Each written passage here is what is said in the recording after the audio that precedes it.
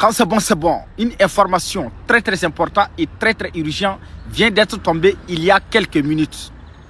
Les autorités compétentes iraniennes, les gardiens de la révolution iranienne viennent de confirmer de ce soir 4 mars 2026 qu'ils ont le contrôle total du détroit d'Ormuz. Mes frères et sœurs, je vous avais déjà dit que Trump a perdu la guerre face à l'Iran.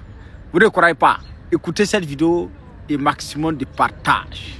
Top, c'est parti. Il faut s'arrêter sur ce point important, le détroit d'Ormuz, dans la stratégie du chaos des Iraniens, semer le plus possible le chaos et augmenter le coût de la guerre pour les États-Unis, Israël, tout l'Occident. Ça passe par le détroit d'Ormuz. On parle désormais de bataille navale quand on parle de ce détroit. C'est peut-être l'arme principale de Téhéran. Mais allons plus loin avec vous, Thomas Schnell. Expliquez-nous les enjeux, le détroit d'Ormuz. Que s'y passe-t-il? Eh bien, depuis samedi, l'Arabie Saoudite, le Qatar, Bahreïn, le Koweït et les Émirats Arabes Unis ne peuvent plus écouler une seule goutte de pétrole par voie maritime, puisque les gardiens de la révolution menacent tout bateau qui passerait par ce mince corridor qui fait dans sa portion congrue à peine 33 km de long, un mouchoir de poche, mais un grain de sable dans l'économie mondiale. Il faut bien comprendre ce que représente le détroit d'Ormuz. C'est 20% du pétrole qui est exporté dans le monde, 20% du gaz naturel liquéfié, majoritairement en direction de l'Asie. Et en termes d'importation, eh bien toutes les marchandises qui arrivent au port de Dubaï, le 10e port mondial, rappelons-le, qui sert de plaque tournante pour la redistribution de marchandises dans une dizaine de pays de la région.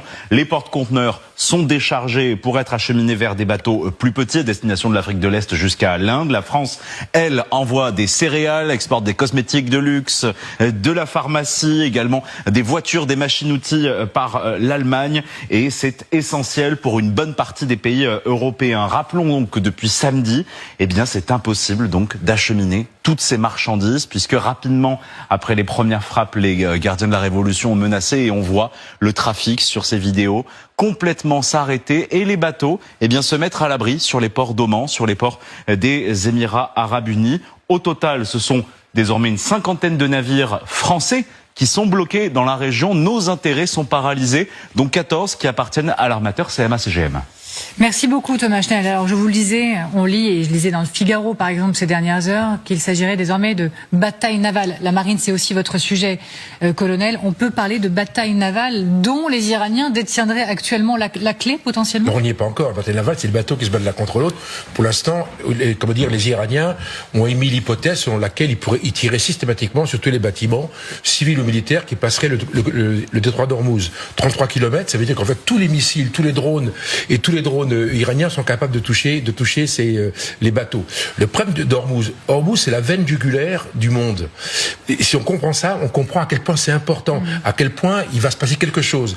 On voit que les Français ont dit hier au passage qu'ils allaient participer au contrôle d'Ormuz. Pourquoi c'est facile? Pourquoi il faut y aller? Un, c'est la veine jugulaire. Deux, c'est facile à contrôler. Comment? Avec les missiles et drones et également avec des mines. On met 2 mines flottantes au milieu, on ne sait pas où sont les mines, puis un bateau peut passer.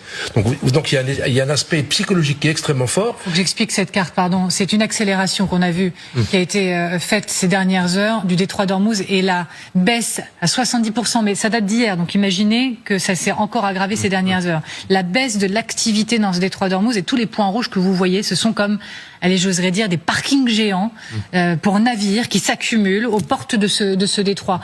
La seule menace d'une prise de contrôle par les Iraniens sème le chaos et avec une immense efficacité désormais. Mais comme a dit le colonel, en fait, c'est à la fois important pour les pays du Golfe Persique de sortir